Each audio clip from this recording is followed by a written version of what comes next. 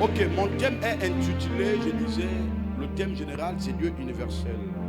Alors, et le sous-thème est principe et justice. Dis à quelqu'un principe et justice. Dis avec moi principe et justice. Alors, j'aimerais vous amener essentiellement quelque part ce matin et soyez s'il vous plaît attentifs à ce que je vais dire. Il est impossible pour moi de prêcher un message par la grâce de Dieu, un message ordinaire. Tout ce que je prêche est typiquement une instruction divine. Amen. Voilà. Alors, lorsqu'on dit Dieu universel, c'est-à-dire que on parle d'un être qui n'a pas de dénomination, qui n'a pas un clan ethnique ou qui n'appartient pas à une congrégation en fait. Amen.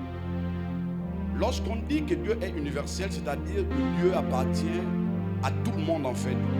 Il ne fait exception de personne. Amen. C'est-à-dire que Dieu n'est pas, amen, pour une congrégation. Dieu n'est pas pour une ethnie. Amen. Dieu n'est pas dans une guerre clanique si vous voulez, même il n'appartient à aucun clan si vous voulez.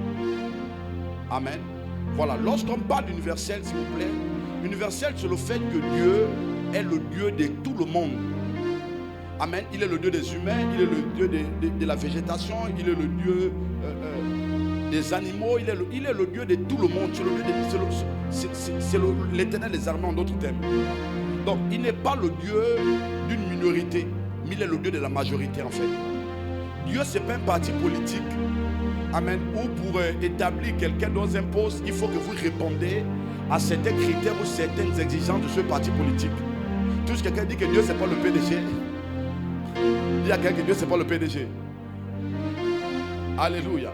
Voilà, Dieu c'est pas un parti, Dieu c'est pas c'est pas l'UJPDG. Ouais. Dieu c'est pas un parti politique en fait. Vous voyez? Alléluia. Tout ce que quelqu'un dit que Dieu c'est pas un parti politique. Dieu c'est pas les 5, vous voyez les 5 mettent toujours quand on reconnaissait, quand vous partez dans les villages, on dit aux mamans que non. Vous voyez seulement la main, votez c'est tout. Amen. Dieu n'est pas un parti politique. Amen. Dieu est universel. Amen. C'est-à-dire que Dieu n'appartient pas à une ethnie. Dieu n'est pas Teke, il n'est pas Bamba, il n'est pas Fan, il n'est pas pour nous. Alléluia. Dieu n'appartient pas à une congrégation. Non, Dieu est universel. C'est le Dieu de tous les peuples. C'est le Dieu de toutes les nations. C'est le Dieu de tout être humain. C'est le Dieu de tout ce qu'il a créé en fait. Alléluia. Donc si c'est le Dieu de tout le monde, vous devez comprendre que l'injustice ne fait pas partie de Dieu. Alléluia. Nous ne sommes pas jetés dans un parti politique que même où vous ne méritez pas, amen, on doit vous donner un poste. Non, Dieu n'est pas comme ça. Alléluia. Donc Dieu appartient aux méchants, Dieu appartient aux justes, Dieu appartient aux prostituées, Dieu appartient à tout le Dieu de tout le monde en fait. Que ce soit pécheur comme homme saint, Dieu appartient à tout le monde. C'est le Dieu de tout le monde. Alléluia. Alléluia. Regarde, quelqu'un dit que c'est le Dieu de tout le monde. Dis-le à quelqu'un, dit c'est le Dieu de tout le monde.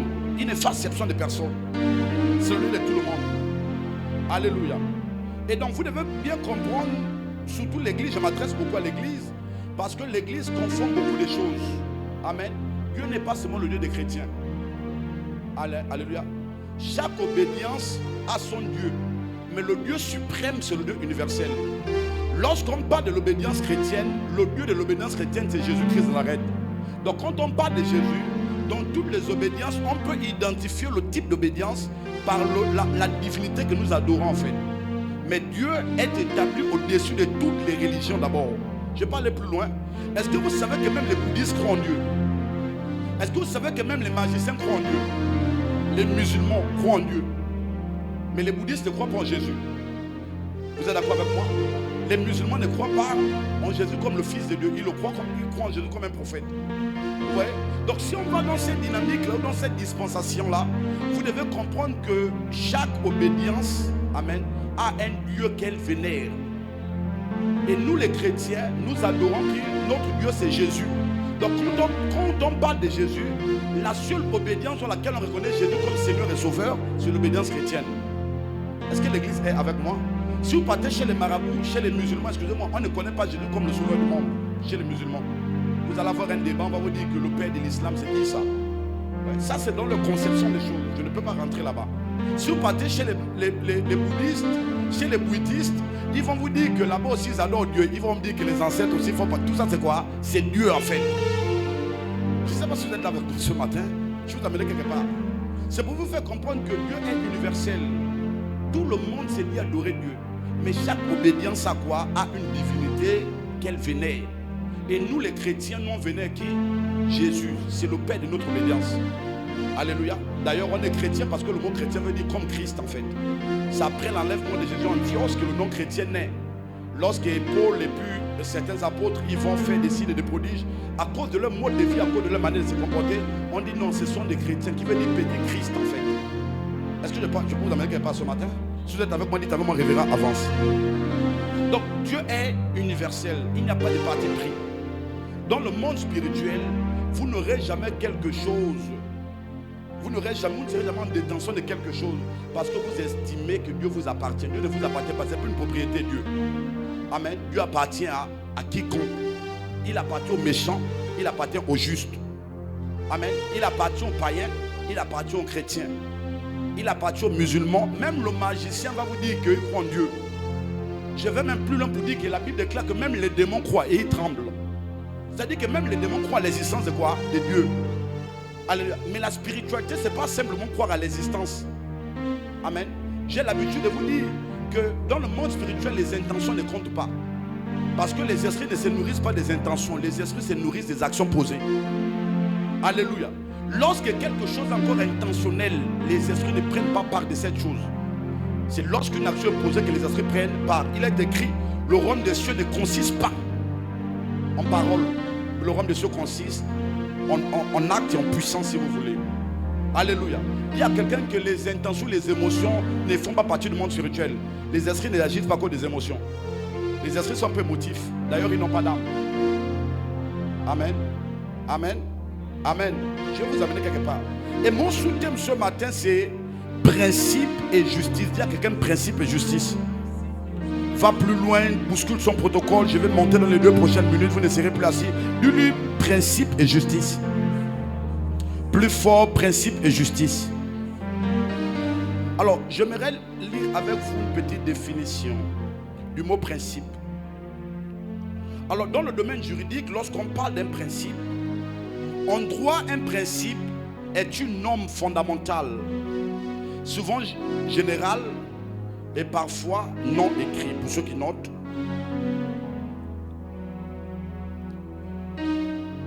je donne une définition juridique, je disais, en droit, un principe est une norme fondamentale, souvent générale et parfois non écrite. Amen. Je vais vous donner une autre définition du mot justice. Amen. La justice est définie selon les dictionnaires francophones: juste appréciation, virgule, reconnaissance et respect des droits et du mérite de chacun. Donc c'est une juste appréciation, une reconnaissance et respect des droits et du mérite de chacun. Pour ceux qui notent, je vais vous amener loin ce matin.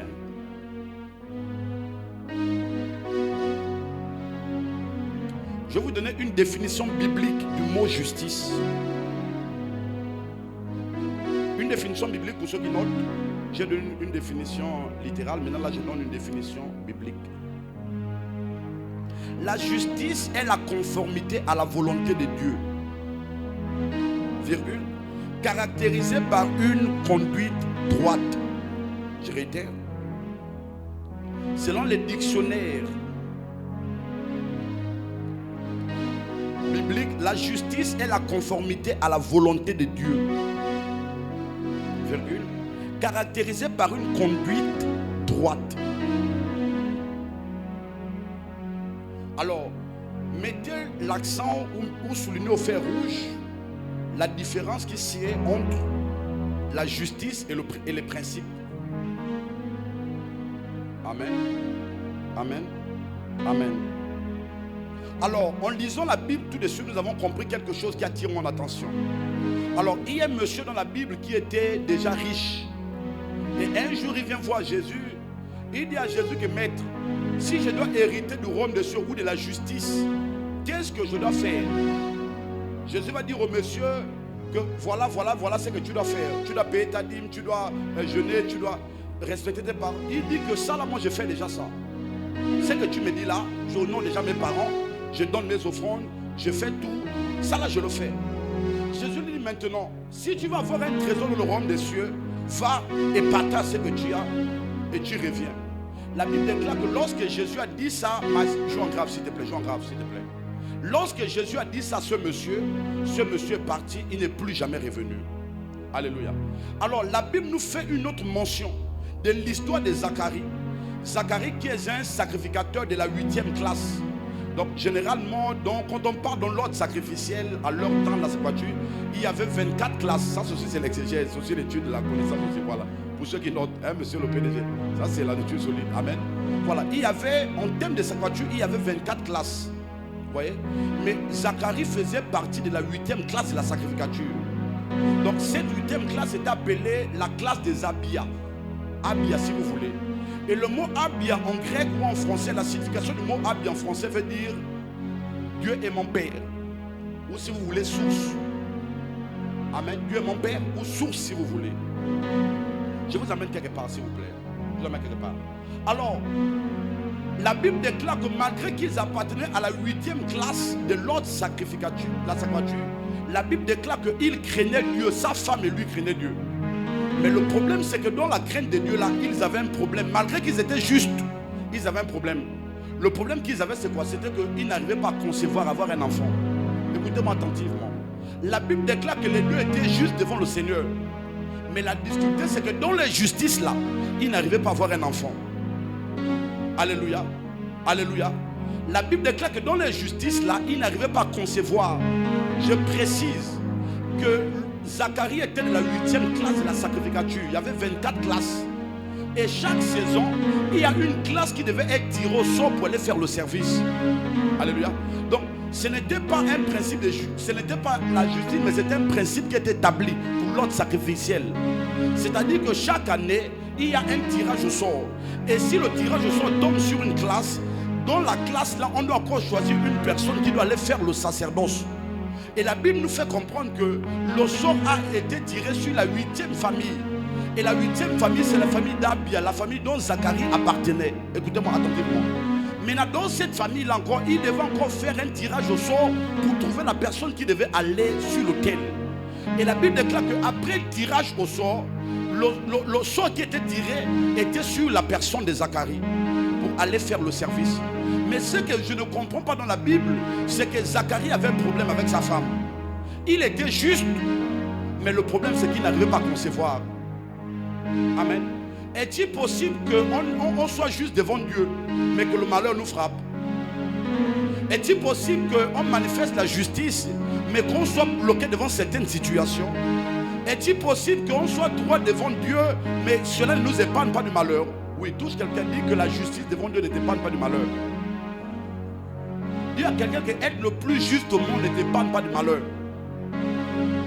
Bouscule son protocole, dis à quelqu'un que être juste ne t'épargne pas du malheur. Tu peux être juste et frappé par le malheur. Tu peux être juste et être stérile. Tu peux être juste et manquer le travail. Tu peux être juste et ne pas te marier. Tu peux être juste et avoir les blocages dans ta vie.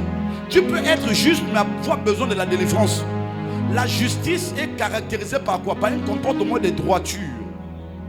J'aimerais que vous m'écoutiez attentivement ce matin. Alléluia. Dis à quelqu'un que ta justice ne dépend pas des combats, ne dépend pas des malheurs. Tu peux être l'homme le plus juste au monde, en action, en parole, mais tu es frappé par un malheur. Amen. Est-ce que tu n'es pas dans ça votre peuple ce matin? Et donc vous voyez, la Bible déclare qu'ils étaient justes, les deux. Ce n'est pas qu'une personne était juste. Vous voyez, dans un couple, parfois, un peut avoir un pied dedans, l'autre. Mais la Bible déclare que les deux, mari et femme, étaient justes devant la voix du Seigneur. Mais dans leur justice là, malgré le fait qu'ils soient droits, malgré le fait qu'ils vivent comme Jésus, malgré le fait qu'ils vivent comme Dieu, ils avaient un problème. C'était lequel ils n'arrivaient pas à affronter. Amen. Amen. Amen. Tu comprends ce matin qu'on peut faire 20 ans dans la justice, mais être 20 ans malheureux. Tu comprends ce matin qu'on peut faire 20 ans dans la justice, mais pendant 20 ans, on a des problèmes. Tu comprends qu'on peut faire 30 ans dans la justice, mais on a des problèmes. Voilà pourquoi l'église de temps à la fin. Vous voyez des personnes qui ont duré à l'église, mais ils ont tous les problèmes du monde en fait. Amen. Amen. Pourquoi? Parce que l'église est plus enseignée sur la justice, mais pas sur les principes. Oh, dans la loi de la sacrificature, la justice n'est pas plus que les principes. Vous devez comprendre, la Bible déclare: recherchez la sanctification sans laquelle nul ne verra le ciel. Donc en ce qui concerne le principe de la justice, lorsque vous êtes juste, votre héritage, c'est le paradis, c'est l'éternité, mais pas la domination sur la terre. Je ne sais pas si les personnes m'écoutent ce matin. Lorsque vous êtes juste, votre récompense c'est quoi? C'est l'éternité, mais pas la domination sur la terre. Je suis en train de dire, pratiquer la justice vous donne une place auprès de Dieu dans les cieux. Mais respecter les principes fait descendre Dieu sur la terre vers l'homme. Vous ne me comprenez pas ce matin. Je ne vais pas avancer. Je suis en train de dire que pratiquer la justice vous donne une place auprès de Dieu dans les cieux. Mais respecter les principes donne à Dieu une place auprès de vous sur la terre. Je ne vais pas avancer. Donc en ce qui concerne la domination sur la terre, il ne faut pas seulement appliquer la justice, mais il faut respecter les principes. Amen. Et l'église de Dieu a été plus enseignée sur la justice. Jésus revient. Le royaume des cieux est proche. Répentez-vous. Ce n'est pas mauvais. Ça, c'est la dimension de la justice. Mais pour un christianisme équilibré, il n'y a pas seulement le volet de la justice, il y a aussi le volet des principes qu'il faut respecter sur la terre. Est-ce qu'il n'est pas là quelqu'un ce matin? Dis à quelqu'un que l'œuvre achevée de Jésus, ce n'est pas l'éternité. L'éternité, c'est la première œuvre que Dieu fait dans votre vie. Ce n'est pas l'œuvre achevée. Donc, c'est-à-dire que lorsque Dieu arrive dans votre vie, la plus petite chose qu'il commence à faire, c'est vous donner l'éternité. C'est le commencement de l'œuvre de Dieu dans votre vie. Mais l'œuvre achevée de Dieu, c'est vous faire régner avant d'être enlevé. Voilà pourquoi même lorsque Jésus va venir revenir l'église, il va d'abord régner sur la terre pendant 1000 ans. C'est-à-dire que l'œuvre achevée de Dieu, ce n'est pas l'éternité, c'est la domination. C'est le règne dans un secteur d'activité. Oh, vous ne m'écoutez pas ce matin? Est-ce que je peux avancer avec l'église du Seigneur ce matin? Touche quelqu'un, dis-lui que l'éternité, c'est la plus petite des choses que Dieu peut faire pour toi. Oui, lorsque Dieu vient dans votre vie, vous allez voir que la première chose que Dieu fait, c'est d'abord Dieu veut garantir d'abord votre âme pour l'enlèvement. Mais après garantir votre âme, là, il ne s'arrête pas là. Il va vous faire régner. Ma prière est qu'en ce mois de février, tu règnes au nom de Jésus. Ton amen n'est pas fort, s'il te plaît. En ce mois de février, que Dieu te donne le règne et la domination. Donne-moi un amen fort. En lisant la Bible ce matin qu'on a dit, j'ai compris que lorsque Jésus va venir nous enlever, on va régner avec lui pendant 1000 ans. L'église va régner. Pourquoi l'église va régner? Parce que le règne, c'est l'œuvre achevée de Christ. Je peux avancer ce matin. Et donc, je suis en train d'enseigner l'église sur la différence entre observer la justice et observer les principes. Que l'église comprenne ce matin que Dieu que nous prions est universel. Dieu n'obéit pas à vos caprices. Mais Dieu va vers les hommes par un respect des principes qui est établi en fait. Amen. Dans chaque loi de moisson, il y a des principes à respecter. Ce sont des lois de la nature. Elles n'appartiennent pas à l'église, elles appartiennent à la nature. La Bible déclare que donné, il vous sera aussi donné. Ce n'est pas un principe de l'église, c'est un principe vital. Toutes les personnes qui veulent recevoir doivent pratiquer le principe de quoi? De donner. C'est un principe vital. Donc en dehors du fait qu'on soit chrétien, vous devez comprendre que les principes que Dieu établit ne sont pas pour l'église. Elles sont pour quiconque, un principe, ils sont pour quiconque, alléluia, les respecte. Est-ce que vous savez ce matin que Dieu n'est pas chrétien? Dieu n'est pas chrétien.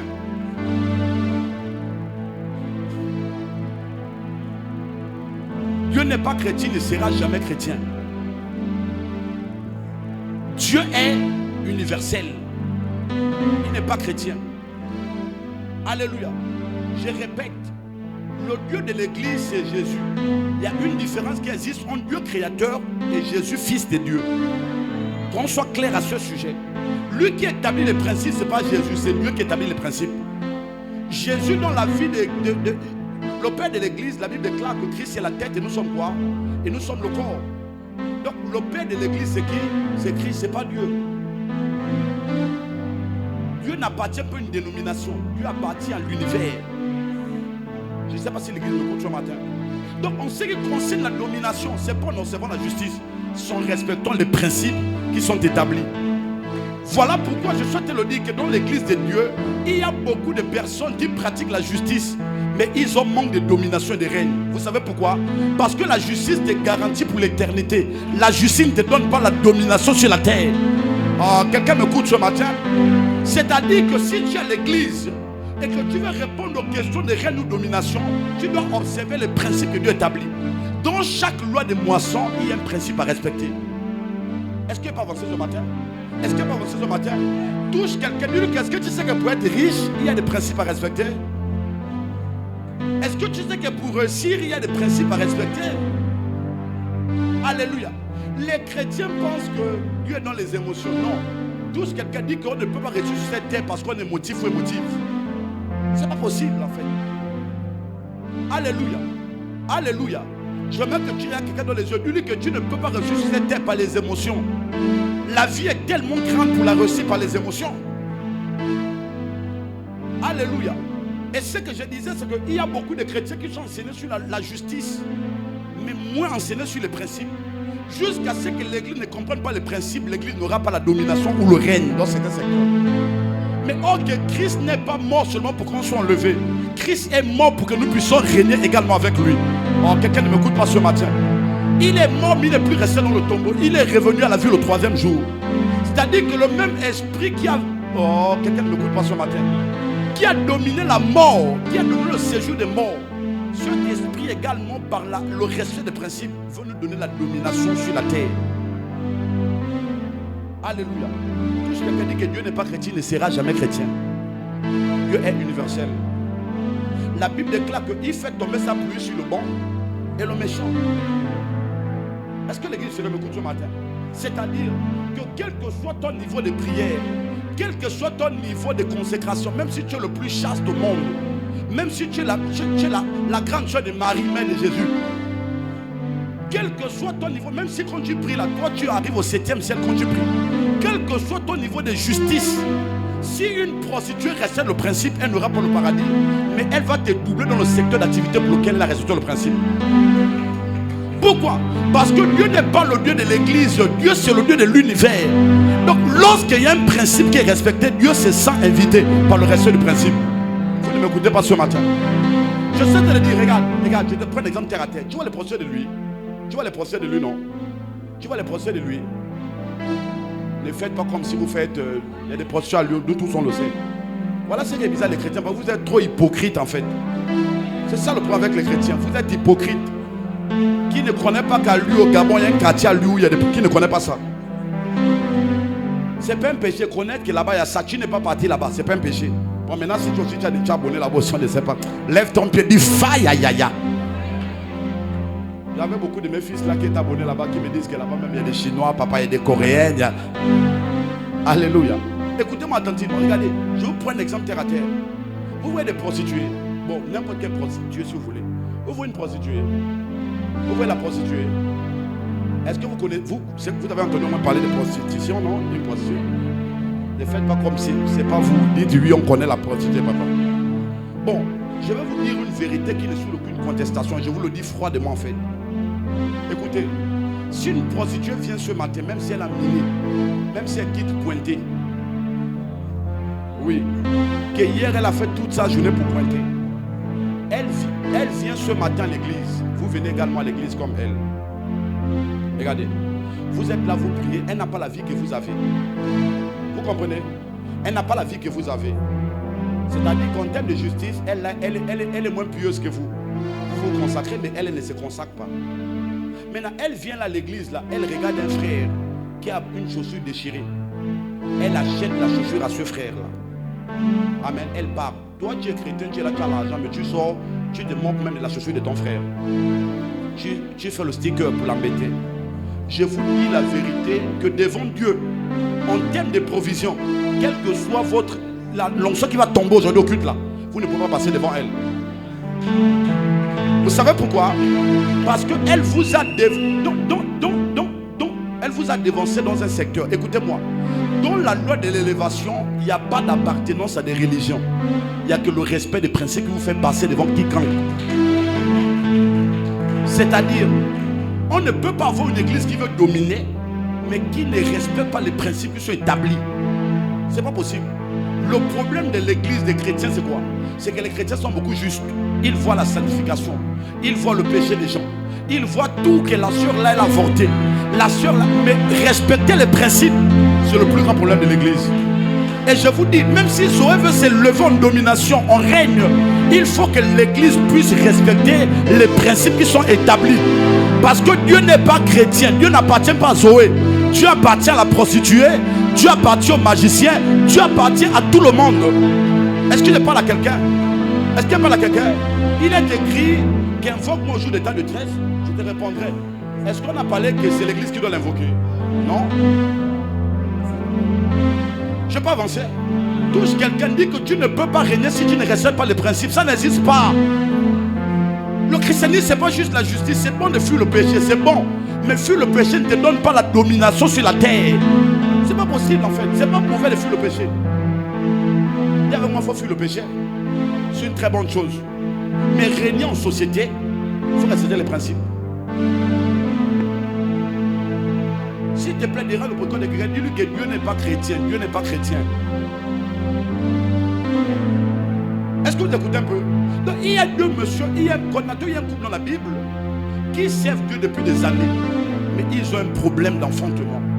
Mais la Bible précise qu'ils sont justes devant Dieu.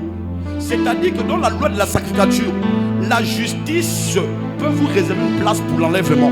Mais la justice ne vous donnera jamais les ossements. Ils n'ont pas été exaucés par la justice. Ils ont été exaucés par respect des principes qui étaient établis.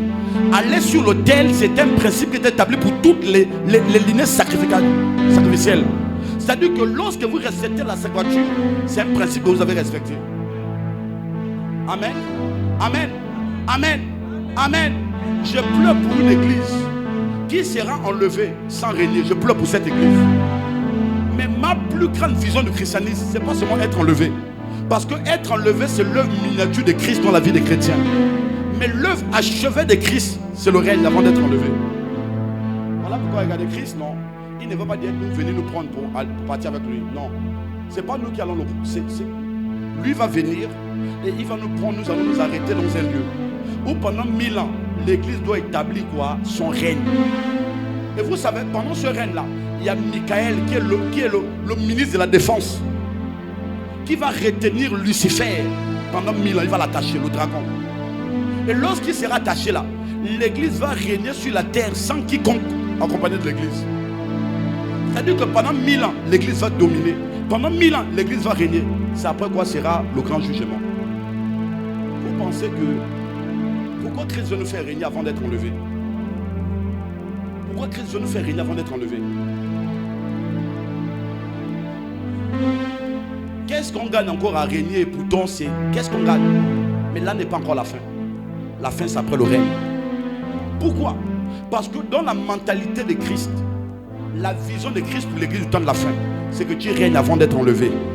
C'est que tu règnes avant de mourir. Donne-moi un amen bien. C'est que tu règnes avant de céder ton trône. Que tu règnes au nom de Jésus-Christ de Nazareth. Est-ce que l'église du Seigneur m'écoute ce matin? Voilà pourquoi tu dois respecter les principes. Alléluia. Il est facile de se consacrer, mais difficile de respecter un principe qui est établi. Amen. Écoutez-moi. Lorsque vous, dites-moi, vous trouvez ordinaire pour un chrétien qui fuit la sexualité, vous trouvez ça extraordinaire? Vous trouvez extraordinaire pour un chrétien qui ne pêche plus? C'est sa nature. C'est comme voir le poisson, c'est comme être étonné de voir le poisson dans de l'eau en fait. C'est sa nature. Un chrétien ne fait rien d'extraordinaire lorsqu'il ne pêche pas. Mais il commence à être extraordinaire lorsqu'il respecte les principes. Parce que les principes ne sont pas salutaires, c'est la justice qui est salutaire. Donc les chrétiens parfois ils respectent la justice à cause de quoi? À cause de la peur de l'éternité. Mais les principes c'est quoi? Les principes c'est pas la peur de l'éternité. Les principes montrent ou désignent le type de compréhension que vous avez du monde spirituel. C'est-à-dire que lorsque vous respectez les principes, on sait que vous ne les respectez pas par peur d'éternité. Vous les respectez parce que vous avez maturé dans le monde spirituel. Vous comprenez les enjeux. Quelqu'un ne m'écoute pas ce matin. C'est que vous comprenez quoi les enjeux. On ne juge pas la maturité par la justice. Est-ce que vous savez qu'il y a des personnes qui se sanctifient même sans raison? Vous le savez. Il y a des personnes qui sont... Regardez, excusez-moi de vous dire la vérité. Est-ce que vous savez, il y a des païens qui vivent mieux que toi et moi. Ça va te choquer, non? Je connais des chrétiens qui ne mentent pas comme toi. Il y a des chrétiennes, elle a 35 ans, elle ne connaît pas les hommes. Vous êtes d'accord avec moi? Il y a des chrétiens qui ne mentent, qui ne fument pas. Toi, tu es là, peut-être tu es chrétien, mais tu fumes. Je connais des païens notamment. Il y a des païens qui ne fument pas. Il y a des païens qui ne boivent. Même une goutte d'alcool n'est jamais passé dans sa bouche. Toi, tu es à l'église, tu bois chaque samedi. Peut-être que hier, là, tu es encore quelque part. Tu étais bizarre. Est-ce que l'église se me écoute? Il y a des chrétiens qu'on a vus, il y a des païens qu'on a vus pieuses mieux que les chrétiens. Soyez rassurés. Il y a même des couples païens que vous voyez, vous dites que non. Il y a même des gens que moi je trouve parfois, je dis que vous là-haut. Tout ça là, on en fait pour rien. Oui, parce qu'on ne va pas au paradis par les œuvres. Le salut, c'est la conséquence de l'acceptation du Fils de Dieu. C'est ça le salut. Donc, il y a des gens parfois, je dis que mais vous là, vous allez là en enfer pour rien. Au moins, va en enfer parce que tu vas boire chaque samedi. Au moins, même quand tu es au jugement, tu dis à Dieu que Seigneur, j'ai bu. Alléluia. Il y a des personnes comme ça. Au moins, tu sais que quand tu vas en enfer là, tu as vraiment bu. Au moins, si tu vas en enfer parce que tu as raclé tous les hommes sur la terre, au moins tu as fait. Oui, tu as fait. Mais il y a des gens qui ne font pas ça, qui ne boivent pas, qui ne fument pas, qui ne font pas la vie dans le désordre, mais non pas Jésus. Et je dis parfois à ces personnes-là que papa, il faut accepter Jésus. Parce que toi là, si tu meurs, tu vas en enfer, c'est vraiment, tu as gaspillé la vie en fait. Est-ce qu'il n'y a pas là quelqu'un? Tu as fait quoi? Tu as gaspillé la vie. Amen. J'aurais souhaité que tu en enfer parce que tu as vraiment fait. Mais aller en enfer parce que tu n'as rien fait, là aussi c'est quoi? C'est compliqué en fait. C'est un gaspillage de quoi? De péché. Acclame très fort le Seigneur. Voilà pourquoi la Bible dit que celui qui se souille fait quoi? Se souille davantage. Si tu veux fumer, non, ne prends pas seulement la Marlboro. Prends la Dunil, prends la fine rouge, prends la Marlboro, prends la Mentholé, prends la Houston, prends la chicha, fume tout. Gaspille-toi les poumons une bonne fois. Si c'est boire, non, ne t'arrête pas à dire que moi là, oh la Bible dit buvez un peu mais n'abusez pas. Non, sors de là. Va Sobaga, dis Sobaga, qu'est-ce que je peux vous louer pour tout le week-end? Bois tout le vin. Alléluia. Bois bien, dis à quelqu'un, bois bien. Si ce sont les femmes, non, prends les jaunes, prends les tini, prends les abouchou, prends tout, prends tout. Si ce sont les hommes là, prends aussi les Anglais, prends les Johnson, prends les Peter, prends les vendeurs de Mutugi, prends les vendeurs de café, prends les DG, prends tout. Même les marabouts, va prendre. Au moins le jour du jugement, si tu vas en enfer, tu sais que oui, j'ai fait. Mais ça sert à quoi d'avoir été en enfer à cause d'un seul homme que tu as gardé au secret sans être marié? Ça sert à quoi? Est-ce que pas avancer le matin? Ça sert à quoi d'aller en enfer que tu buvais juste une demi-bière en cachette? Je suis à la Koulamoutou dans une église, je prêche comme ça. Il y a un papa de la sécurité qui a mis la régabe dans la bouteille de l'Anza. Il fait la sécurité, il est chaud. Vous pensez que c'est le Seigneur, oh que c'est la bière qui agite le papa. Dis avec moi Nzambe Nanga. Et ça va grande humiliation. Est-ce que va avancer le matin? Dis à quelqu'un que si tu veux faire, si tu veux voler, vole tout. Vole, fais que faire. Vole. Il y a des chrétiens qui sont des voleurs. Parfois ici à l'église on m'appelle, oh papa, on a perdu les tissages, on a perdu les robes, on a perdu les chaussures. Je dis que comment même dans l'église vous avez... Est-ce que va avancer le matin? Dis à quelqu'un que si tu veux faire, fais bien la chose.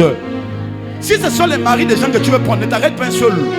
Prends tous les maris des femmes des gens. Que celui qui se souille davantage. Mais ne va pas en enfer pour un mari d'une seule personne que tu as pris. Il y a beaucoup de maris. Prends tout.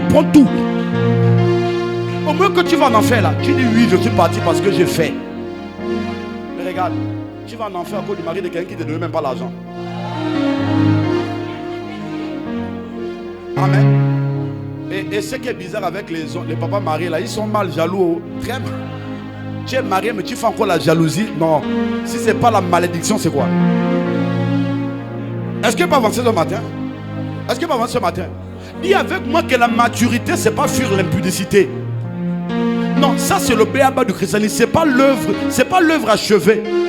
Lorsque Dieu arrive dans votre vie, la première chose qu'il va faire, il est écrit, le Seigneur se convainc de péché, de justice et de jugement.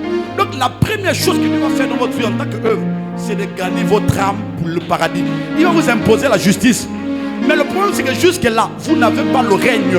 Parce que le règne commence où les principes qui sont établis sont respectés. Et le problème de l'église, c'est que l'église a un problème en ce qui concerne le respect des principes. La seule obédience qui est légère envers les principes, c'est l'obédience chrétienne. C'est l'obédience chrétienne. Vous blaguez avec les marabouts. Vous avez vu les crimes rituels dans le Gabon, non? Vous avez vu les crimes rituels. Est-ce que vous avez constaté comment les gens étaient dans... Les gens avaient peur même pour sortir. Vous pensez qui fait ça? Ce sont les magiciens. Mais ils font ça pourquoi? À cause d'un seul poste. Est-ce que tu vois où un magicien peut aller à cause d'un seul poste? Mais où les chrétiens peuvent aller aussi à cause d'un poste? Les chrétiens s'arrêtent où? Amen. Touche quelqu'un, dit que dans chaque récolte, il y a un principe qui est établi. Il faut rester sur ce principe. Et ce principe-là, ce n'est pas l'église seulement. La Bible déclare que Dieu fait tomber sa pluie sur le bon et le méchant. Si tu es un chrétien, tu ne respectes pas un principe, même si c'est un grand franc-maçon, s'il respecte le principe, il va te doubler dans le secteur d'activité pour lequel il a sacrifié. Sois rassuré. Toi, tu auras le paradis. Certes, lui n'aura pas le paradis, mais en termes de domination des règnes, il va régner devant toi. Alléluia. Dis avec moi, il y a des principes irréfutables. Oui, il y a des principes irréfutables, c'est-à-dire la justice, quelquefois, n'est pas plus grande que le respect des principes. Amen. Parce qu'on peut être juste, monsieur le président, et être malade. On peut être juste et être stérile. Mais ce qui nous délivre de la stérilité, c'est le respect des principes. Qu'est-ce que tu respectes comme principe? Nous sommes en année de récolte. C'est le thème de l'année. Qu'est-ce que tu respectes? Tu as du mal même à donner à un frère 1000 francs. Regardez, la Bible est claire. À celui qui donne, il lui sera aussi. C'est un principe fondamental. On ne devient pas prospère parce que vous priez beaucoup. On ne réussit pas parce qu'on jeûne beaucoup. La réussite n'a rien à voir avec les choses spirituelles. La Bible déclare, je souhaiterais que vous prospérez, mais pas comme prospère l'état de votre esprit. Parce que l'esprit c'est la dimension de la prière et autres. Mais comme votre âme prospère, l'âme c'est la dimension de la générosité. L'âme c'est, écoutez-moi, vous prospérez à cause de votre âme. La prospérité n'est pas spirituelle. La prospérité c'est question d'âme. Voilà pourquoi la plupart des personnes qui ont des vies de prière, qui prient beaucoup dans les églises, ils ont toujours des problèmes sociaux. Regardez la plupart des personnes qui ont duré dans l'église, ils ont toujours des problèmes sur le plan professionnel. C'est que leur vie ne ressemble même à rien en fait. Vous savez pourquoi? Parce que les gens pensent que tu pries beaucoup, tu pries 4 heures mais tu as un mauvais cœur, tu ne peux pas connaître la prospérité. Tu pries 6 heures de temps mais tu n'arrives pas à dire bonjour à un frère, une soeur dans l'église. Tu penses que tu es... La prospérité n'est pas question d'esprit. C'est pas votre niveau de prière. C'est comment est votre âme. Comment est ton cœur. Garde ton cœur plus que toute chose. Car c'est de lui que proviennent les sources de la vie. Amen. Il y a des hommes de Dieu comme ça. Il y a des hommes de Dieu comme ça qui passent le temps toujours à vouloir dénigrer les autres. Mais eux, leur vie n'avance jamais. Je vous dis, il y a des gens qu'on peut abattre. Il y a deux types de personnes que vous ne pouvez jamais arrêter. Une personne qui a Dieu avec lui. Deux, une personne qui a un grand cœur. Même s'il n'a pas Dieu, à cause de son grand cœur, vous ne pourrez jamais arrêter cette personne. Alléluia. Il y a une dimension dans laquelle, ou plus tu haïs quelqu'un, Dieu le fait prospérer même encore devant toi pour que tu saches qu'il y a des gens qu'on ne touche pas. Est-ce qu'il n'y a pas la question ce matin? Oui, il y a des gens qui ont des grands cœurs. À cause du bien, à cause de ton type de cœur, on ne peut jamais t'arrêter. Alléluia. Moi j'ai dit en cette année, moi je suis indestructible. Moi plus tu me fais du mal, je vais prospérer devant toi. Parce que ma montée ne dépend pas de toi. Ma montée dépend du Dieu que je respecte. Oh, donne-moi bien les amens. Donne-moi bien les amens. Alors écoutez-moi attentivement. Écoutez-moi. Dans ce siècle-là, vous ne pouvez pas réussir si Dieu n'est pas avec vous. Que ça soit clair. On ne peut pas réussir si Dieu n'est pas avec vous. Il est écrit. C'est la bénédiction de l'Éternel qui enrichit et ne se fait sur aucun chagrin. Touche quelqu'un dit dans ce siècle-là. Si Dieu n'est pas avec toi, quel que soit ce que tu fais, tu as vraiment échoué. Amen. Écoutez, la réussite n'est pas quelque chose d'ordinaire. La réussite et très spirituel que vous ne l'imaginez. Les gens pensent que c'est parce que tu es Master 2. Non. Tu sais combien de personnes au Gabon les Master 2? Combien par année? L'année passée, 7000 qui ont quoi? Qui ont des Masters. Chômage. L'année prochaine, encore 7000, ça fait combien? 14 000. L'année prochaine, combien? 7 000, ça fait combien? 21 000. L'autre année, combien? 7 000, ça fait combien? En 5 ans, vous êtes combien? 7 x 5, 35 chômeurs. C'est juste une goutte d'eau de plus dans l'océan, rien de plus. 35 000 personnes avec le master. Et toi, tu fais le malin, dis que papa, oh moi, j'ai le seul docteur. 36 000 avec les chaînes de lieux, t'as combien? La Chine populaire dit acclame votre très fort le Seigneur. Écoutez-moi, oh moi, j'ai terminé l'école, j'ai la licence. Tu connais combien des élèves ont la licence au Gabon? Tu penses que tu es le seul qui a la licence? Oh moi, j'ai une licence en droit, hein? À l'UEB, ils sont combien? Ils sont combien? Même en ce moment, ils sont combien? Combien des écoles au Gabon font le droit? Combien sortent par année? Et tu penses que toi, tu es spécial en fait? Oh non, moi, j'ai terminé mes études, j'ai un 2UT en quoi? Tu connais combien des élèves ont le 2UT au Gabon? Combien vont même en étranger, apprennent dans les vraies écoles, ils rentrent au Gabon pour le travail? Donc toi, tu n'es qu'une goutte de plus dans l'océan, tu n'es rien, il n'y a rien de spécial en fait. Vous n'avez pas vu les gens qui ont des bagages échoués brillamment dans la vie? Je vous dis encore ça une fois de plus. L'école, ce n'est pas pour la réussite. L'école, c'est un moyen instructif. C'est pas la tout pour la réussite en fait. Qu'est-ce qui vous fait dire qu'avec le bac, vous allez vous travailler un jour? Qu'est-ce qui vous fait comprendre ça? Qui vous dit que vous allez travailler un jour? Qui vous dit ça?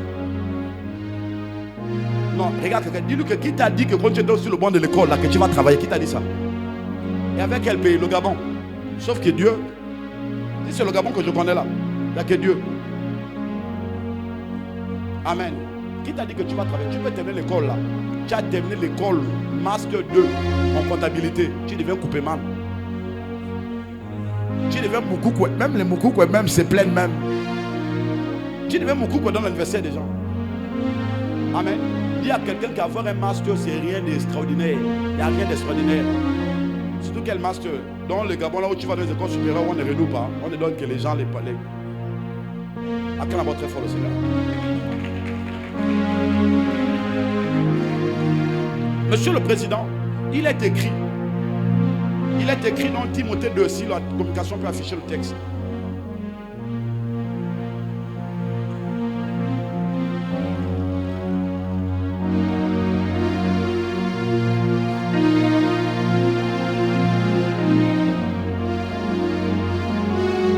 On peut faire la lecture ensemble. 1, 2, 3, lisons ensemble.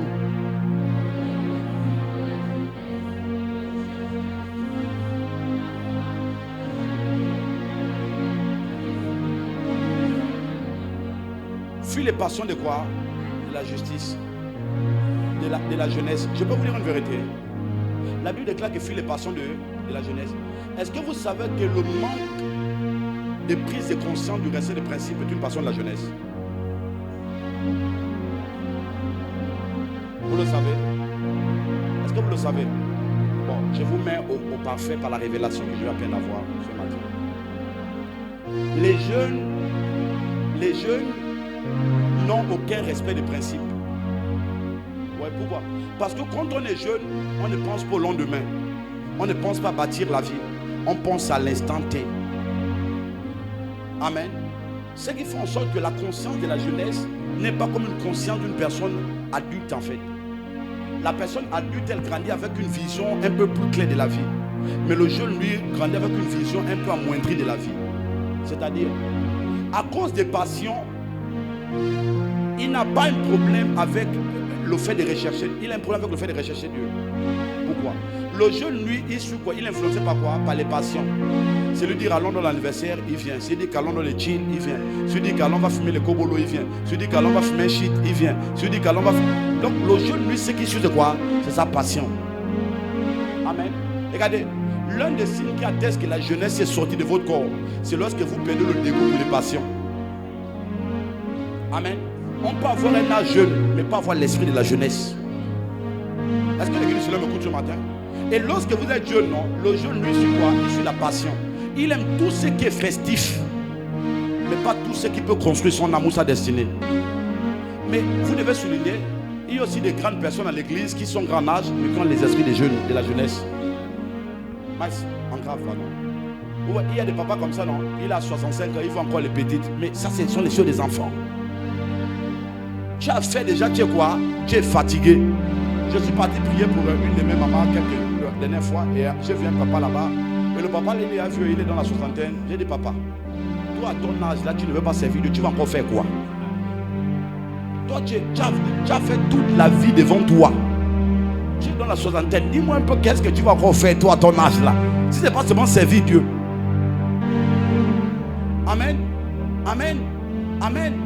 Alléluia. Alléluia. Tu as 60 ans. Tu ne te convertis pas. Tu vas encore garder ta vie pour faire quoi? Est-ce que tu es encore un jeune qui peut encore aller? Il y a des jeunes quand même qui disent que bon là moi, je ne peux pas aller. Il y a des gens comme ça qui disent que je suis très jeune pour me convertir. Il veut profiter de sa jeunesse. Mais toi à 60 ans, tu veux profiter de quoi encore? Tu veux profiter de quoi à 60 ans? Tu as déjà profité de tout. On a déjà sucé tout, c'est terminé. Il n'y a même plus rien dans le corps là. Tu veux sucer. Est-ce que l'église me écoute ce matin? Et la Bible déclare que fuit les passions de quoi? De la jeunesse. Donc le fait de ne pas réciter les principes qui sont établis sur une passion de la jeunesse, vous devez la fuir. Amen. Amen. Mais vous voyez que la Bible déclare de rechercher la première chose, c'est la justice. La foi. La dernière chose c'est quoi? C'est la charité. Donc vous voyez que l'œuvre achevée de Christ, ce n'est pas la justice. La justice c'est la première œuvre de Christ. Mais la dernière justice c'est quoi? C'est la charité. Et la charité répond au principe de il sera donné à celui qui fait quoi? Celui qui donne, sur le même principe, sur le donner. Et la Bible déclare qu'avec tous ceux qui croient, tous ceux qui invoquent le Seigneur d'un cœur saint, d'un cœur pur. Écoutez-moi attentivement. Écoutez-moi. Le signe qui atteste que vous avez un cœur pur, c'est aussi votre capacité à honorer ou à vous soumettre à ce que Dieu demande comme principe. Est-ce que l'église du Seigneur m'écoute ce matin? La Bible dit de rechercher le Seigneur avec quoi? Ceux qui l'invoquent d'un cœur pur. Un cœur pur aussi, c'est un cœur qui vous soumet aux principes et aux lois que Dieu établit. Ceci aussi la pureté d'un cœur. Amen. Le cœur pur, ce n'est pas celui qui prie beaucoup. Non, le cœur pur, c'est le cœur qui a la capacité d'obéir aux principes que Dieu établit. Car l'obéissance à Dieu, il faut mettre les sacrifices. Amen. Tu ne peux pas dire que tu as un cœur dur. Tu ne peux pas dire que tu as un cœur pur. Et les lois qui sont établies, tu ne respectes pas en fait. C'est que tu es un blagueur. Amen. Et on a des chrétiens qui sont dans l'église, les églises. Excusez-moi. J'en parlais avec le coordinateur avant hier. Je lui disais que nous sommes dans une année de moisson. Et qui dit moisson dit quoi? Dit vous n'écoutez pas qu'on dit la moisson. Moi, je dis un peu s'il te plaît. Vous pensez quand on dit la moisson, c'est quoi? C'est juste aller dans un champ. Est-ce que tu ne dis pas dans un champ que tu n'as pas sémé, on va t'attraper? Tu vas aller en prison sur du vol, tu le sais. Est-ce que tu le sais? Maintenant, je vais te dire une vérité. Est-ce que vous savez que tout ce qui existe dans le monde physique, là, il y a ça dans le monde spirituel? Parce que le monde physique, c'est le calcage du monde spirituel. Si dans le monde physique, on attrape des gens, dans le monde spirituel, on peut attraper quelqu'un. Il y a des voleurs dans le monde spirituel. Il n'a jamais rien planté. Mais il cherche toujours à faire quoi? À moissonner. Amen. Nous, quand on était à Sucaf, on avait un frère, le président connaît. Lui là, il n'avait jamais les arbres. Il n'y avait jamais les arbres chez eux. Mais il faisait toute la cité 4 pour aller lever les atangas chez les gens. Zo, dans Jessie. Et un jour, il y a un de nos grands frères, Zo. Il a grimpé sur l'atangatier, c'était chez le président, je me rappelle. Et ils avaient un atangatier là qui donnait les atangas là, c'était terrible. Maintenant, on avait un frère là dans le quartier. Lui là, c'était le plus grand moissonneur. Les poules, il moissonne. Tout ce qu'il voit, il moissonne. Lui, les chaussures, il moissonne. Tout ce qu'il voit. En fait, c'est le transporteur numéro 1 en fait. Et un jour, on avait déjà piégé, on savait que notre grand frère avait dit que non.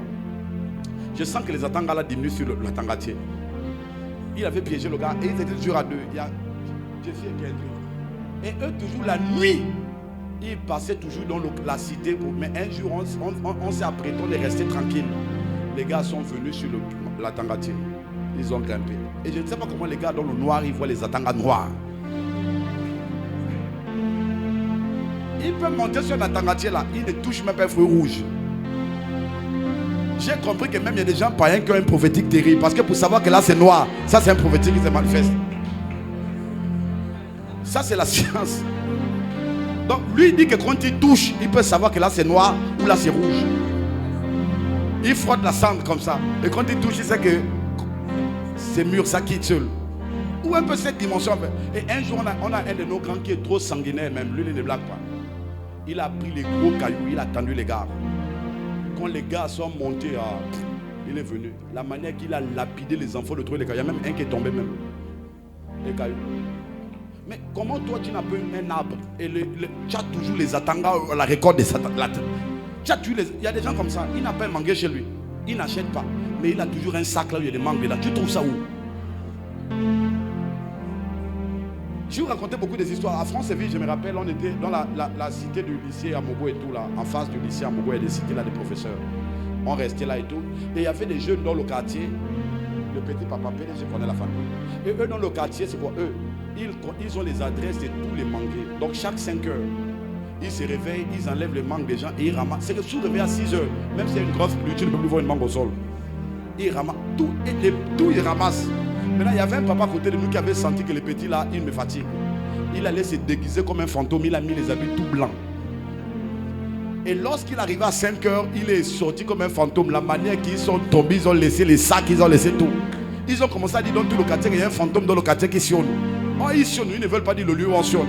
Après, le papa nous a dit que non, les petits, ils sont trop. Ils ont les adresses de tous les... C'est moins un peu qui les a effrayés. Ils ont laissé les babouches, ils ont laissé tous les sangs faits. Et donc, il y a des chrétiens comme ça. Jamais, jamais non s'aimer. Mais toute leur prière, c'est dire que Seigneur, aide-moi à moissonner. La Bible est claire. On ne se moque pas de Dieu. C'est qu'un homme aura s'aimé, il le moissonnera. Pasteur Dieu a dit que tu veux récolter dans le champ de qui? Dans le champ de qui? Oui, dans le monde spirituel, quand on parle de la moisson, il y a le principe des champs. Tu as semé où pour moissonner où? Et leurs prières sont toujours catastrophiques. Hein. Seigneur, fais de moi l'homme le plus. Ils ont toujours les prières là comme si en fait. Amen. Donc, dans le principe des moissons, s'il vous plaît, il y a le principe de la sémaille. Si tu n'as rien sémé, si tu ne respectes pas un principe, tu ne peux pas récolter. En d'autres termes, est-ce que vous savez, qu'en termes des ossements, la prière ne peut pas vous donner ce que vous n'avez pas sémé? Amen. Le principe de la prière répond à ce que Paul dit. Paul a planté, Apollos a arrosé, le Saint-Esprit a fait quoi? De la croissance. Donc lorsque vous plantez, votre prière fait quoi? Votre prière permet au ciel d'arroser ce que vous avez mis au sol. Est-ce que les personnes m'écoutent ce matin? Mais regarde, je vais te donner, si tu veux, on fait un pari. Si tu arrives à le faire, j'arrête de prêcher l'évangile. Va prier 15 heures de temps, dis à Dieu que donne-moi 1 million.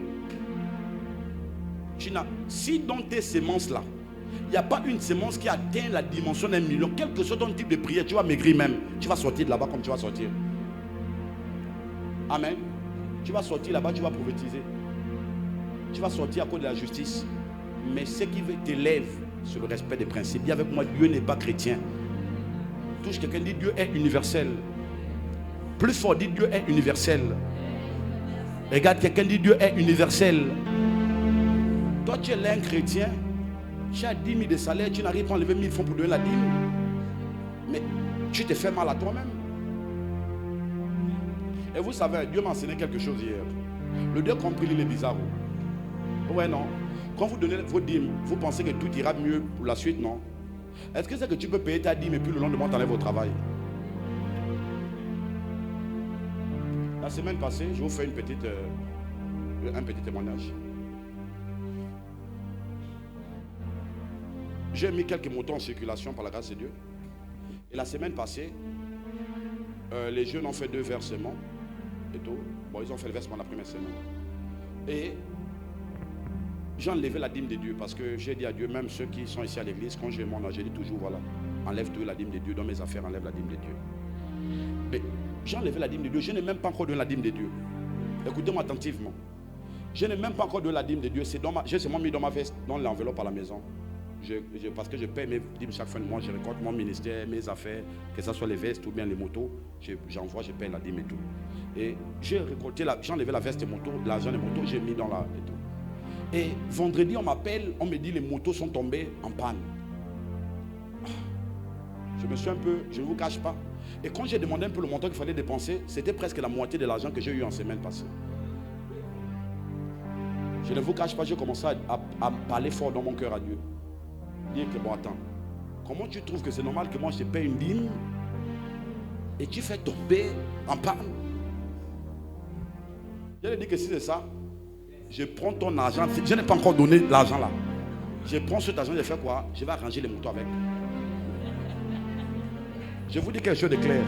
Et vous savez, j'ai reçu l'encouragement du diable. J'ai senti une forte voix qui est en train de me convaincre que oh, vas-y, il ne va rien te faire, vas-y. Vous savez, le diable, monsieur le satané, j'ai senti une... Et il y a comme un courage, il y a un Jones là qui était en train de monter à moi. Je vous dis la vérité, un fort courage qui était en train de monter à moi. Que vas-y, vas-y. La Bible déclare, l'âge est la voie qui mène à la perdition. Ouais. Et je vous dis la vérité, j'ai eu une forte envie. Après j'ai dit non, Dieu m'a dit, le soir quand je suis sorti, après quand j'ai quitté me faire coiffer, Dieu m'a dit, tu vois, je voulais t'enseigner un principe. Je ne veux pas que tu donnes la dîme parce que tu as peur que tes activités se gaspillent. Je veux que tu donnes la dîme parce que tu prennes conscience que c'est un principe qui est établi dans ton royaume. Clair. Donc c'est-à-dire que la dîme, là, tu peux payer la dîme aujourd'hui, demain ton travail a un problème. Ah Jésus, j'étais dans la dîme hier, comment aujourd'hui? Je voyais parfois PDG me dire ça, que Seigneur, moi je suis dans la dîme, donc moi encore. Mais Dieu peut vous faire ça, pour vous enseigner. Vous savez, Dieu ne recherche pas votre capacité à faire. Dieu recherche la fidélité dans ce que vous faites. Amen. Touche quelqu'un, dit que Dieu ne bénit pas tes actions, Dieu bénit la fidélité dans les actions. Dis-le à quelqu'un. Dis que donner ta dîme, c'est pas mauvais. Mais Dieu ne va pas commencer à te bénir lorsque tu es dans la dîme. C'est lorsque Dieu va constater quoi? La fidélité dans les dîmes que tu donnes. Dieu va te bénir. Le diable est terrible, monsieur le président. Il m'excite. Et vous savez ce qui est bizarre à Lucifer, c'est quoi? Il vous excite, hein? Après qu'on vous ait commis l'acte, il se retire. Vous avez le remords qui vient. Tu assumes. Il est comme ça, il t'amène dans les problèmes. Après, il fait quoi? Il enlève son corps, il te dit, monsieur. Et il se met à côté, il prend une tasse de café, petit pied sur grand pied, il prend son café. Tu es en train de pleurer, il est en train de prendre sa tasse de café. Il t'accuse encore. Acclame très fort le Seigneur d'abord.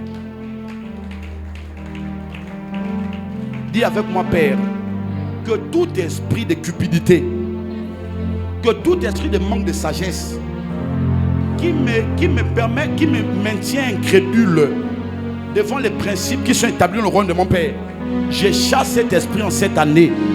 Seigneur, rends-moi comme un enfant devant tes principes que tu établis au nom de Jésus.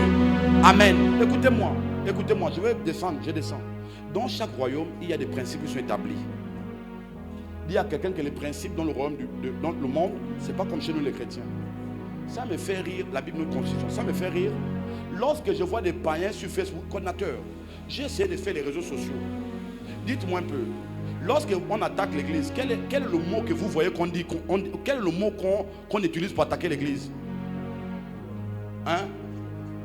Quand c'est l'église, les pasteurs, quel est le mot qu'on attaque l'église? Quel est le mot que les chrétiens emploient vers les mondains pour convaincre les mondains de ne plus comprendre ces actions? C'est quoi? On vous fait quoi? On vous vole quoi?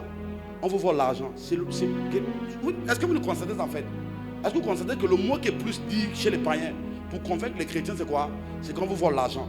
Attends, pourquoi il y a beaucoup de choses, mais la seule chose qui parle, c'est l'argent? Ça ne vous dit rien? Ça ne vous dit rien? Il y a beaucoup de choses, mais pourquoi la seule chose qu'on parle, c'est l'argent? Amen. Le diable ne combat pas ceux qui ne lèvent pas les hommes. Le diable ne combat que ceux qui ont une élévation pour les hommes. Donc, quand vous voyez que le monde se lève contre l'église et que le monde attaque un domaine, le diable sait que si l'église connaît le réveil dans ce domaine, c'est ce qui va faire trembler son camp. Amen. Est-ce que l'église du Seigneur m'écoute ce soir? Est-ce que l'église du Seigneur m'écoute ce soir? Donc, toi où tu es là, tu ne peux pas dire que Seigneur, je veux devenir grand. Si un petit principe tu n'arrives pas à respecter, s'il te plaît, vous ne pouvez pas réussir avec Dieu dans ce siècle-là si Dieu n'est pas avec vous. Et avoir Dieu avec nous n'est pas, c'est pas la religion, c'est pas une bonté de cœur. On ne réussit pas à cause de la bonté. Le monde soutien ne connaît pas la bonté. On ne réussit pas à cause de la gentillesse. Quel que soit ton niveau de bonté, on ne réussit pas à cause de la bonté. On réussit à cause du respect des principes. La bonté n'est pas un don, c'est un fruit de l'esprit. Et le fruit de l'esprit vous aide à faire quoi? À ressembler à Christ, c'est tout. Amen. Amen. Mais le don vous amène à ressembler à Dieu. Le don vous amène à ressembler à Dieu. Je ne sais pas si l'église du Seigneur m'écoute ce matin. Et donc, où nous sommes là, église du Seigneur, Zoé, église de Zoé, écoutez-moi attentivement. Il y a des principes qui régissent le royaume de notre Père. Amen. Si vous pouvez attraper les enfants. Il y a des principes qui régissent le royaume de notre Père. vous devez les respecter. Que tu es motif ou pas, Dieu s'en fout de tes émotions. Toujours quelqu'un dit que Dieu s'en fout de tes émotions. Non, regarde bien quelqu'un dit que quel que soit ton niveau d'émotion, Dieu s'en fout des émotions. Il y a des chrétiens comme ça. Hein. Oh non, je ne me marie plus parce qu'on m'a fait le gourmet. Dieu s'en fout de ça. Reste célibataire si tu veux, mais Dieu s'en fout de ça. Oh, on m'a fait mal, moi je n'irai plus jamais de l'église. Dieu s'en fout de ça. Il s'en fout. Toutes les personnes que vous voyez dans la Bible, là, ou des grands hommes qui sont devenus grands aujourd'hui, ils ont forcément eu des choses dans leur vie qu'ils ont eu à surmonter. Donc, quelle que soit la chose que tu fais face, tu n'as pas le droit à t'arrêter. Dis avec moi, amen. Amen. Toi, tu ne veux plus te marier avec quelqu'un qui t'a donné le gourmet. Lui qui t'a donné le gourmet, il est célibataire. Il est célibataire. Donc, toi, tu ne veux plus être en couple pour quelqu'un même qui ne pense pas à toi, qui vit sa best life aujourd'hui, qui a eu quelqu'un d'autre, et qui est en train de lever même le 14 février, ils vont te naguer même encore. Et tu es là, tu dis que non, je ne me marie plus. Mais Dieu s'en fout de ça. Oh, je ne crois plus en l'amour. Dieu s'en fout de ça. Si je ne crois plus quoi? Oh, je ne mange plus et plus et tout.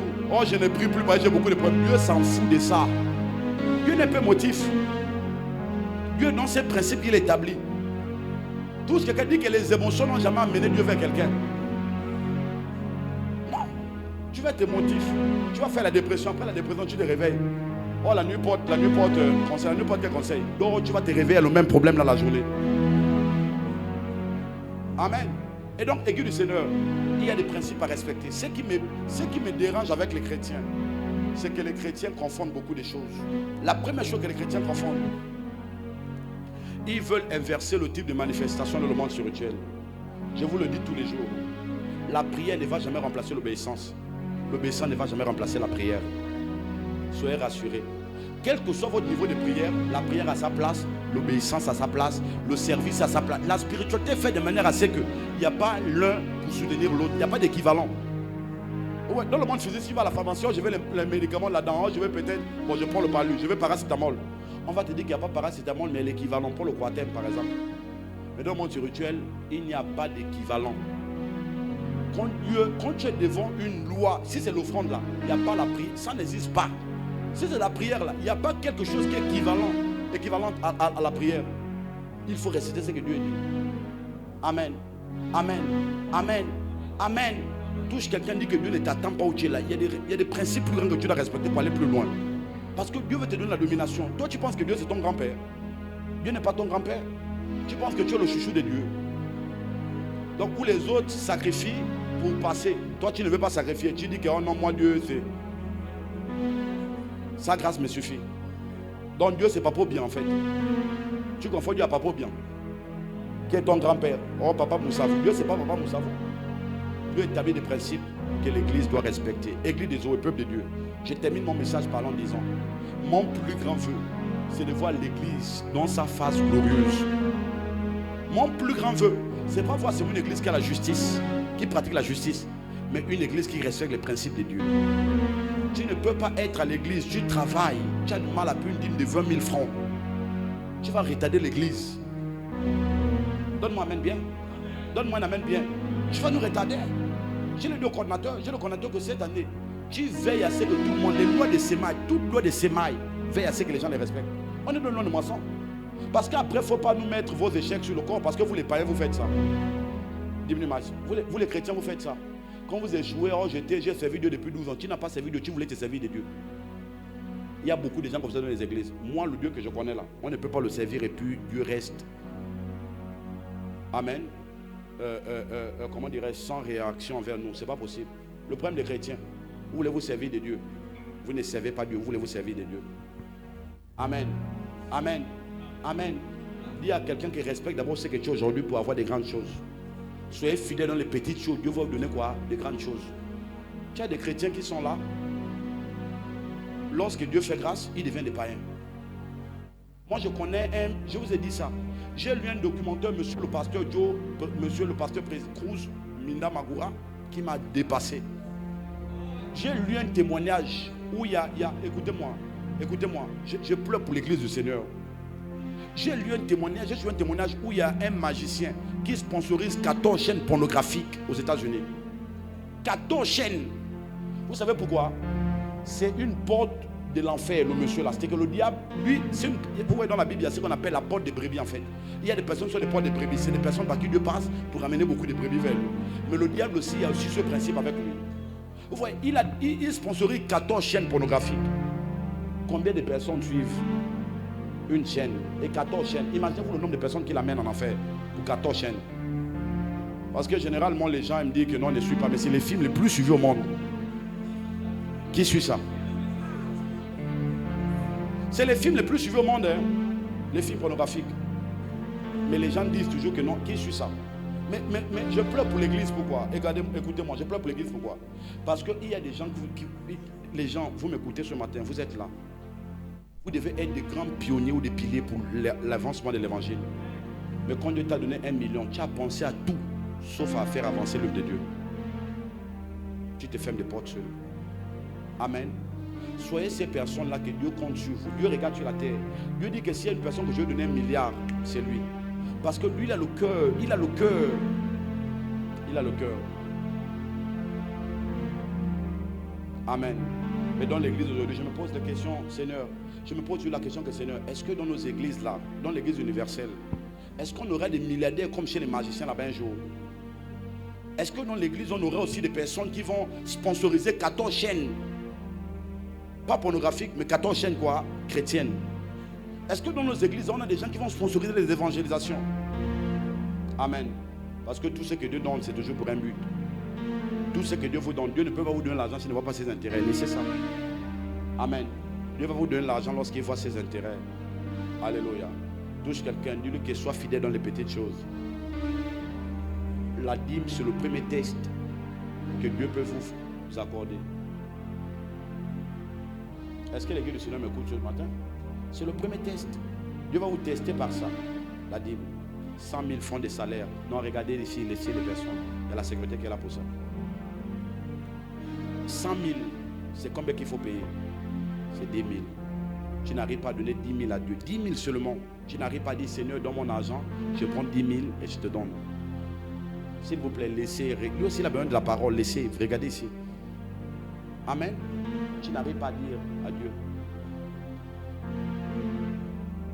Je dis, regardez ici, laissez les gens passer. Lui aussi, il a besoin de la parole. On est en train de prêcher. Là, le micro arrive à lui, il écoute la parole. Il veut aussi chercher sa délivrance comme toi. Vous savez, le fait qu'il rentre seulement le guérir et vous savez ce que ça peut produire sur lui. Acclamons très fort. Je suis dans les temps. Zoé, cette année, vous devez respecter les principes qui sont établis. Je ne veux pas, je vais vous prêcher le royaume des cieux. Ça là, c'est la plus petite œuvre que Dieu enchaîne dans la vie de quelqu'un. Le ciel existe. Mais le plus grand, la vision que j'ai de l'église, c'est plus une église que Dieu vient chercher dans le manque, dans la sécheresse, dans la pauvreté, dans les problèmes. Non, c'est pas ça l'église. Christ revient chercher une église glorieuse. Amen. Glorieuse pourquoi? La gloire c'est quoi? La gloire c'est le mélange de la justice et de la prospérité. C'est ça la gloire.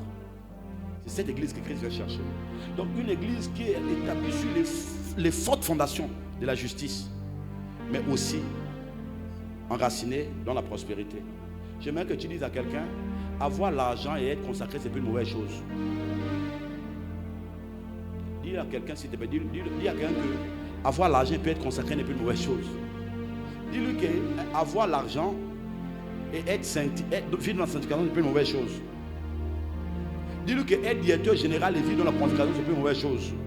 Être un grand homme d'affaires et vivre dans la consécration, c'est plus une mauvaise chose. Mais au contraire, les chrétiens vont dire, oh, vanité des vanités. Vous expliquez même à la vanité. La vanité, c'est quoi? C'est le fait de tout avoir et manquer Dieu. C'est ça la vanité, en fait. C'est ça la vanité. Mais Dieu n'a pas dit. Écoutez-moi, ça, je vous dis une vérité ce matin. Vous ne servez à rien dans le royaume de Dieu. Attends, mon fils, pardon. Vous ne servez à rien dans le royaume de Dieu lorsque vous n'êtes pas délivré. Vous n'êtes pas utile. Utile. Vous n'êtes pas utile dans le royaume de Dieu lorsque vous êtes inapte. Vous n'êtes pas utile. Et parfois, vous êtes là dans les églises, on a parfois tendance à mal à parler des gens qui donnent l'argent. Mais toi, tu penses quoi? Quelqu'un qui prend son argent, qui finance une campagne d'évangélisation. Toi, tu es là seulement pour prier. Tes prières ne produisent même aucun fruit même. Non, mais que vous soyez rassurés, hein, dans le ciel, quand on va être enlevé, attendez, je vais vous expliquer, peut-être que vous n'imaginez pas. Est-ce que vous savez qu'on sera couronné au ciel selon les actes que nous avons posés sur la terre? Il y a des gens qui seront au ciel sans une couronne. Il y a des gens au ciel qui vont rester même loin, dans leur cité même, je ne sais même pas où ils vont rester. Parce que vous êtes pauvres en œuvres. Oui, montre-moi ta foi, je te montrerai la mienne avec les œuvres. Il y a des gens qui auront 2 couronnes au ciel. On va vous couronner selon les actes que vous avez posés sur la terre. Il y a des gens qui auront 3 couronnes. Il y a des gens qui auront 4 couronnes. Il y a des gens qui n'auront même pas une couronne. Si on pouvait aller au ciel avec un demi-pied, à quoi les acteurs, il y a des gens qui auront un demi-pied au ciel. Une demi-main au ciel. Vous pouvez poser des actions. Quand vous n'êtes pas délivré, Dieu ne gagne rien. Sois rassuré. Tu n'arrives pas à donner 2000 francs pour qu'on paie le loyer. Mais tu penses que Dieu va... Attends, tu n'es pas... Excuse-moi. Tu n'arrives pas à prier 1 heure pour l'église. Mais dis-moi un peu, pourquoi? Parce que tu es même malade en fait. Tu n'arrives même pas à évangéliser. Tu es important pour toi, pas pour l'église en fait. Parce que tellement tu es malade, oui. Tu es malade que quand il y a évangélisation, tu n'arrives même pas à marcher. Allongé sur le lit. Tu n'es pas important pour le royaume. On est important pour le royaume lorsque Dieu commence à nous délivrer. Amen. En ce mois de février, pendant que je me connecte à toi, je déclare que Dieu te donnera la supériorité. Dieu te donnera la supériorité au nom de Jésus. Montre. Dieu te donnera la supériorité au nom de Jésus. Le chiffre 2 sur le chiffre du témoignage. Je te connecte à un grand témoignage en février au nom de Jésus. Je te connecte à un grand témoignage en février. Dis bien Amen fort. Dis avec moi, Père, je domine sur février. Je domine sur la provision du mois de février. Quel que soit ce que Dieu a rattaché à ce mois, je mangerai les meilleurs fruits de ce mois au nom de Jésus. Dis-le avec autorité, je mangerai les meilleurs fruits de ce mois. Je parle à la terre de février. Février, ainsi parle le Seigneur. Le 2e mois, c'est le mois du témoignage. Jésus envoie les apôtres 2-2 pour aller témoigner. Je m'accroche à un grand témoignage dans le monde spirituel. Seigneur, permets-moi de témoigner tes bontés. Ta parole déclare, les bontés de l'Éternel ne sont pas épuisées. Elles se renouvellent chaque matin. Je me connecte à cette bonté. Prie 1 minute pour le mois de février.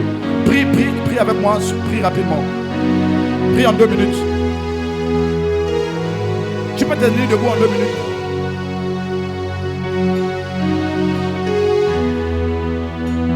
Tu peux te tenir debout.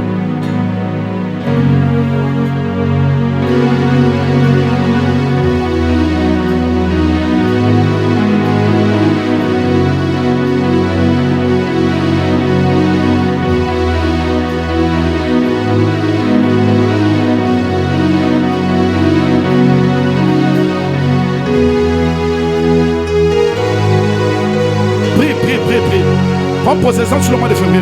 Nous t'adorons, Yahweh, Yahweh. Nous t'élevons. Je vois tout le monde debout dans la salle. En 5 minutes, nous prions s'il vous plaît. 5 minutes seulement, nous dégageons une atmosphère en ce lieu. Nous t'élevons, Yahweh, Yahweh.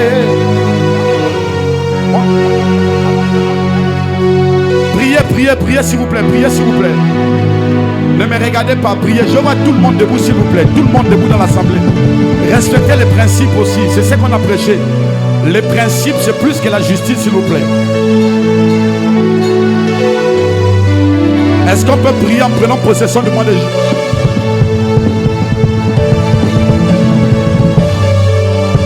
Yahweh, nous t'élevons. Yahweh, Yahweh, nous t'adorons.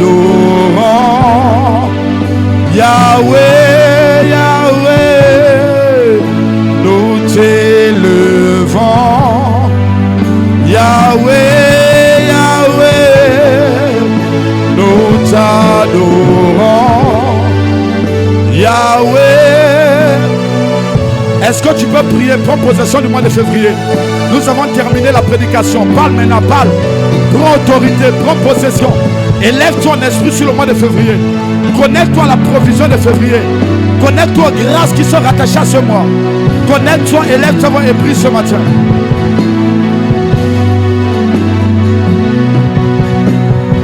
Connecte-toi, élève-toi. Est-ce que l'atmosphère de ce lieu peut changer? Plus tu montes en atmosphère, plus tu prends possession de février. Tout tout endroit foulera la plante de vos pieds. Je vous le donne en possession. Si nous avons vu le mois de février, nous prenons en possession le mois de février. Masoko brekoto, sharakata payakata, manto brekos kododoza, sakata brekente, shayakata pos, malusa brado saga.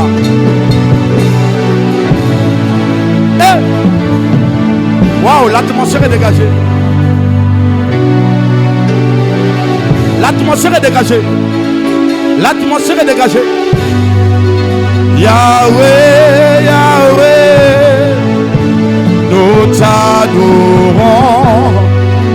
Yahweh, Yahweh, nous t'élevons. Yahweh.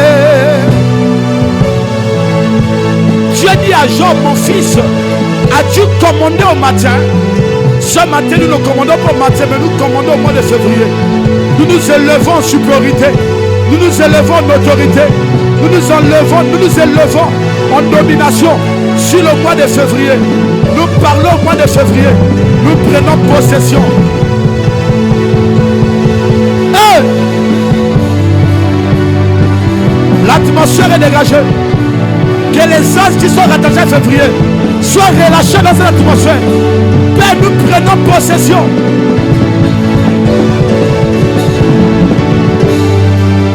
Yahweh. Dis avec moi, Père. Père, je prends possession sur le mois de février. Je domine sur les épreuves. Je domine sur les difficultés. Que ce mois regorge au nom de Jésus. Je refuse de rentrer en février avec ce que je fais face en janvier. Le mois de janvier était mon mois de fondation. Le mois de janvier était mon mois d'appui. Je prends maintenant l'ascension. En ce mois de février, que l'ascension soit rattachée à ma destinée, soit rattachée à mes affaires, soit rattachée à ce que j'entreprends. Soit rattachée, soit rattachée, soit rattachée.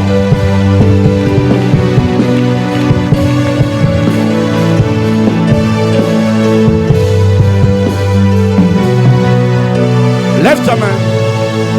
Dis avec moi, oh toi montagne. Toi montagne, qui es-tu devant Zorobabel? Qui es-tu devant Jésus-Christ? La Bible déclare, si vous avez la foi, comme un grain de sénévé, vous serez capable de dire à cette montagne, montagne, ôte-toi de là. Ce matin, par la foi au nom de Jésus, je parle aux montagnes de février. Je parle aux montagnes de février. Je parle aux obstacles de février. Toi montagne, par le nom de Jésus, ôte-toi de là et jette-toi dans la mer. Au nom de Jésus. Au nom de Jésus. En ce mois, je me ferai un chemin. Je me ferai un chemin dans le désert. Je me ferai un chemin. Je rentre en février en nouveauté de vie. Je rentre en février dans la domination. Je rentre en février dans le règne. Je rentre. Rentre au nom de Jésus.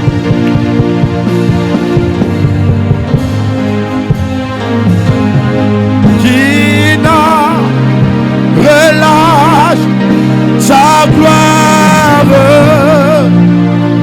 Ta gloire. Fais descendre ta Shekinah. Relâche ta gloire. Hey! Sa gloire. Wow, la présence de Dieu est là. La vision que je fais, ta gloire. Ta gloire. Fais descendre ta Shekinah, relâche ta gloire, ta gloire, fais descendre ta provision, relâche ta gloire. Tiens aussi à l'ensigne de réception. Inonde de ta présence. My God. Nous avons besoin de toi. En ce mois de février, inonde ces lieux de ta présence. Yes, Lord, nous avons besoin. Viens, Esprit, viens, Esprit de révélation. Souffle sur nous ce matin. Souffle sur nous. Souffle. Comme une prière. Viens, Esprit de révélation.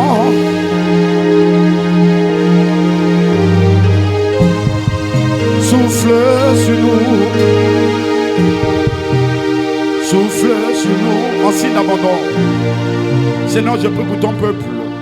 Seigneur, ouvre les éclus des cieux. My God, relâche ta gloire. En ce mois de février, relâche.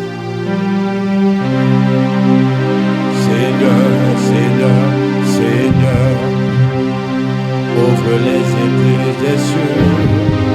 Lâche ta gloire sur nos vies. Relâche ta gloire. Relâche ta gloire. Relâche ta gloire.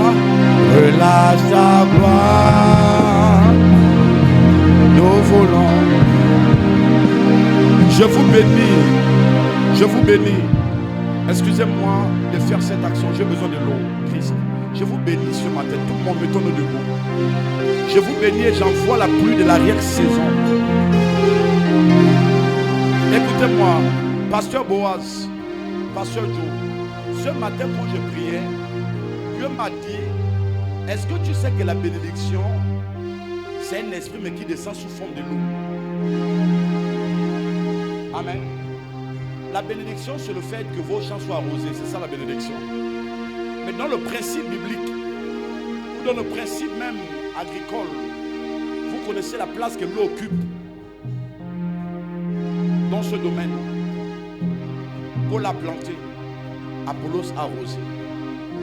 Je me tiens ce matin sous l'ordre de Dieu et je prends cette eau, je la représente comme la pluie de l'arrière-saison. Aussi vrai que cette eau te touche, ce mois de février est béni au nom de Jésus. Ce mois de février est béni. Je te bénis au nom de Jésus. Je te bénis au nom de Jésus. L'eau qui coule sur toi, c'est la pluie de l'arrière-saison. Je vous bénis. En ce mois, je vous bénis au nom de Jésus. Je vous bénis au nom de Jésus. Je déclare à la bénédiction de vous suivre. Je vous bénis au nom de Jésus. Je vous rends prospère dans vos différentes activités. Je vous bénis au nom de Jésus. Recevez la bénédiction. Recevez la bénédiction du ciel. Que le ciel vous bénisse. Que le ciel s'occupe de vos greniers. Merci. Waouh, quelle présence. Merci Père. Ce mois, ainsi me parle Dieu. Lorsque tu as des mains levées, tu reçois ton pain quotidien. Tu reçois ta provision. Au nom de Jésus. Tu reçois ton témoignage. Père, merci parce que nous prenons possession le mois de février. Si tu nous as fait foi en février, c'est que tu nous le donnes en possession. Nous prenons possession de nouveauté de vie. C'est dans le nom de Jésus que je viens de prier avec l'église. Et que l'église dise Amen. Que l'église dise Amen bien. Que l'église dise Amen. Est-ce qu'on peut acclamer très fort? Je vais rappeler rapidement le modérateur. Le modérateur, je le rappelle rapidement pour la suite des services. Que Dieu vous bénisse.